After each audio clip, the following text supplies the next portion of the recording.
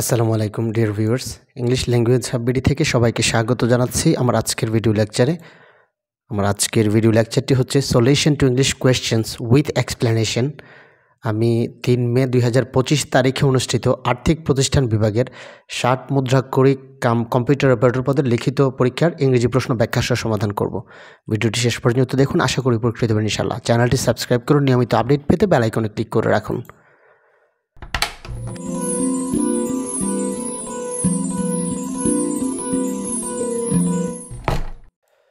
Number 7 মূলত 7 নম্বর থেকে ইংরেজি প্রশ্ন শুরু হয়েছিল। Fill in the blanks with appropriate prepositions.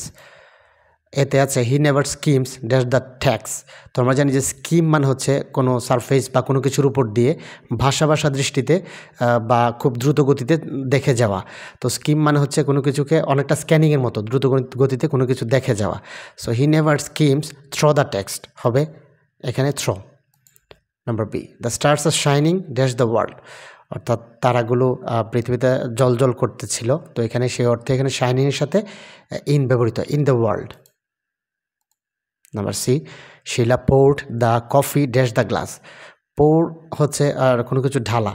তো pour something into the glass, অর্থাৎ কোনো কিছু অনেকটা গতিশীল অর্থ বোঝালে আমরা জানি যে ইনটু প্রিপোজিশন ব্যবহৃত হয়। পোর মানে ঢালা, এটা একটা গতিশীল অবস্থা বোঝায়। সো এখানে poured into the glass.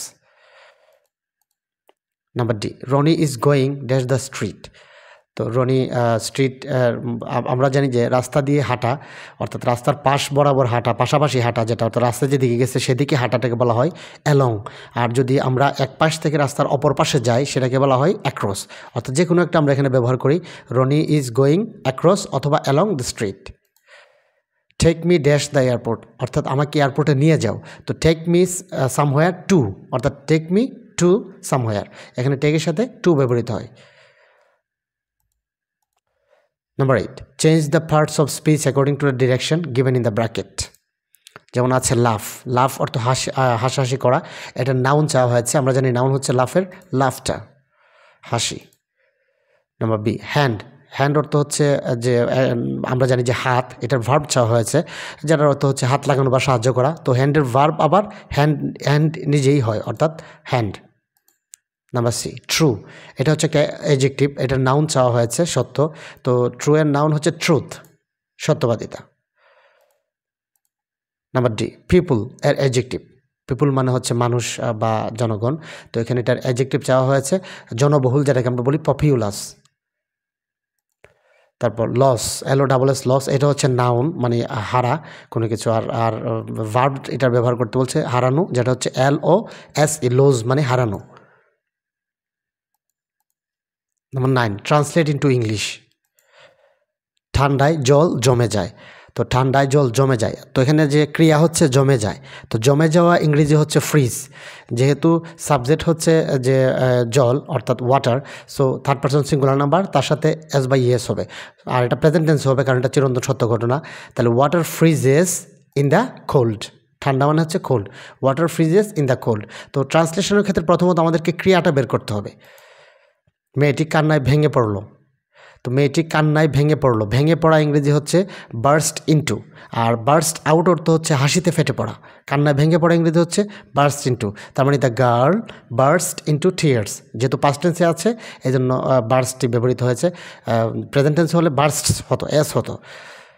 Number গ, আমার ঘড়িতে 3:45 বাজে। তো 3:45 মানে হচ্ছে কোয়ার্টার টু ফোর, আর 4:15 মানে হচ্ছে কোয়ার্টার পাস্ট 4। তো এখানে 3:45 মানে কোয়ার্টার টু। আর বাজা ইংরেজি এখানে বলা হয়েছে, মূলত এখানে কোনো ভার্ব নেই। সো এটাকে ইন্ট্রোডাক্টরি ইট দিয়ে করতে হবে, অর্থাৎ it is quarter to 4 by my watch.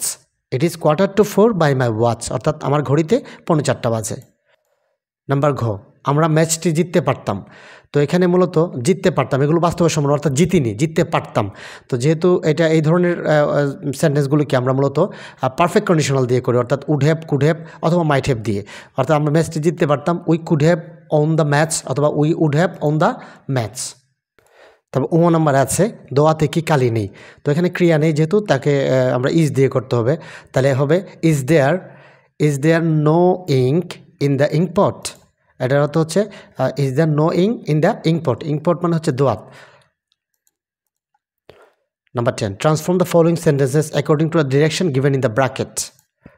যেমন আই নিড 100 টাকা অনলি, তো এটাকে নেগেটিভ করতে হবে। এখানে যে ক্লুটি আছে সেটা হচ্ছে অনলি।